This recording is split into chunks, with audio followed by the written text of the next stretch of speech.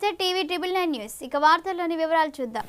జోగులాంబ గద్వాల్ జిల్లా కేంద్రంలోని అనంత ఫంక్షన్ హాల్లో గురువారం ఉపాధ్యాయ దినోత్సవాన్ని ఘనంగా జరుపుకున్నారు. ఈ కార్యక్రమానికి ముఖ్య అతిథులుగా జిల్లా కలెక్టర్ బిఎం సంతోష్, ఎమ్మెల్యే బండ్ల కృష్ణమోహన్ రెడ్డి హాజరయ్యారు. ఈ సందర్భంగా జిల్లా కలెక్టర్ మాట్లాడుతూ ఉపాధ్యాయ వృత్తికి వన్నె తెచ్చిన డాక్టర్ సర్వేపల్లి రాధాకృష్ణ జయంతిని ఉపాధ్యాయ దినోత్సవంగా జరుపుకుంటున్న సందర్భంగా ఉపాధ్యాయులందరికీ శుభాకాంక్షలు తెలిపారు.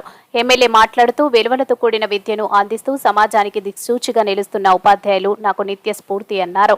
ఈ కార్యక్రమంలో మార్కెట్ చైర్మన్ హనుమంతు, విద్యాశాఖ అధికారులు, ఉపాధ్యాయులు పాల్గొన్నారు.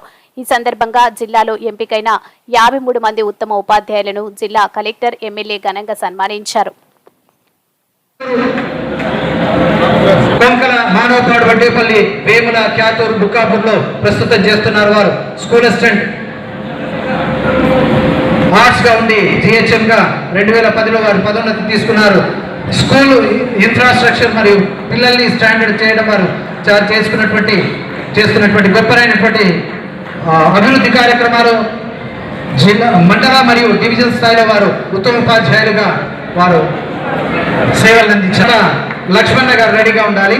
ఎస్ఏ మ్యాథ్స్ రవీంద్రబాబు గారి తల్లిదండ్రులు ఎర్రన్న సంజమ్మ గారు జిహెచ్ఎం గా వారు ఎంఎస్సీ బిఎడ్ చేశారు. 95 డిఎస్సిలో ప్రస్తుతం జెడ్పీహెచ్ఎస్ రేవులపల్లిలో చేస్తున్నారు. ధరూర్ మండల్ ఫస్ట్ బుక్కాపూర్లో చేశారు, తర్వాత ఇటిక్యాల మండల్, తర్వాత బుర్దాపేట్ గద్వాల్, తర్వాత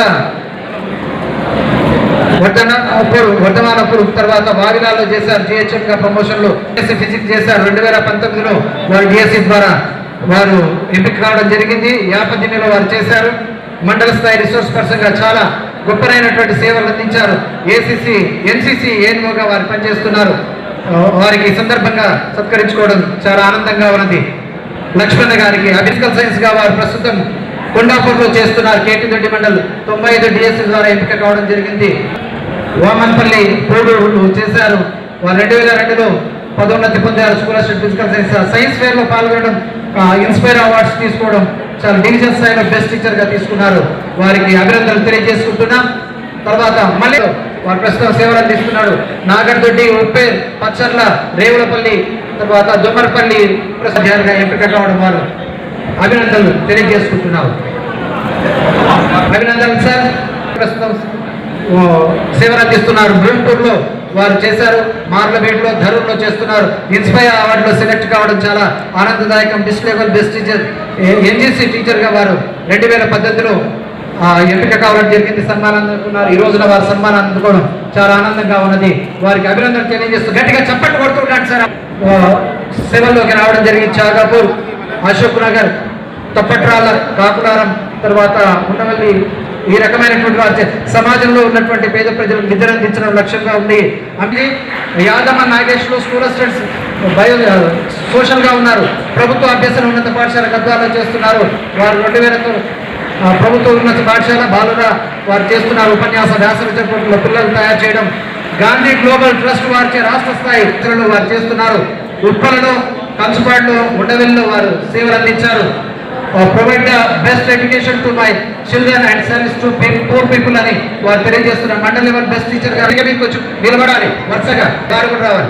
రత్నమాల మేడం గారు ప్రస్తుతం బిజ్వారంలో చేస్తున్నారు. డిస్ట్రిక్ట్ లెవెల్ సాధించారు. అవార్డు తెలంగాణ భవన్లో వారు ఈపాడులో లింగరవాయిలు ప్రస్తుతం చేస్తున్నారు.